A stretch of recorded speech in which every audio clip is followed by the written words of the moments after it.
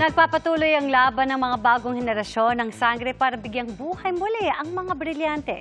Ngayong gabi, sino kaya ang makakaharap nilang mga sinaunang kambaldiwa? Ichichika yan ni Aubrey Carampel. Sumakses na ang mga bagong tagapangalaga ng brilyante na malagpasan ang mga pagsubok ni Eshnad, ang tagapagbantay ng lagusan ng Devas na ginampanan ni SB19 member Justin De Dios. Kaya matagumpay na silang nakapasok ng Devas. Ang sumalubong sa kanila, ang dating hara ng Lireo na si Sangre Amihan na muling ginampanan ni Kylie Padilla. Avisala, Idea Ferena. Kaya naman naging emosyonal ang magkapatid na Sangre sa kanilang reunion. Sa Devas, nakaharap ng mga Sangre si Bathalang Emre na sinabi sa kanilang ang mga sinaunang kambaldiwa ng mga brilyante para manumbalik ang kapangyarihan nito. Ang mga sinaunang kambaldiwa ay ipinatapon ni Emre sa isang mahiwagang lugar sa Devas dahil sila ay tumakas at nagmalabis. Pero hindi magiging madali ang misyon ng mga bagong Sangre. Si Tera kasama si Eshnad, nakaharap na ang sinaunang kambaldiwa ng lupa na si Harahen, na ginagampanan ni Diana Zubiri na una na rin gumanap noon bilang Danaya.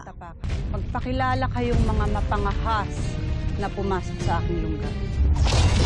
Tila mahihirapan si Tera dahil agad na nalaman ni Harahen na siya ay hindi purong diwata at may dugong tao.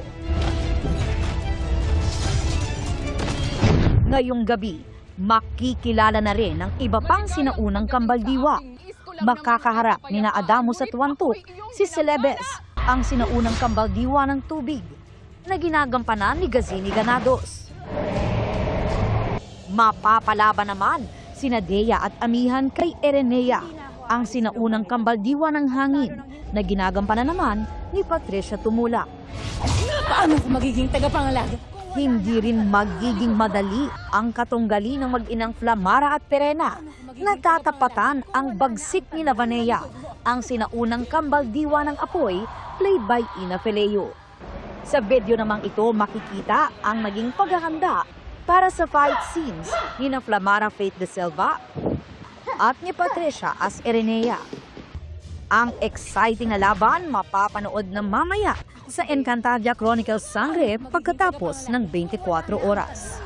Aubrey Carampel, updated sa Showbiz Happenings.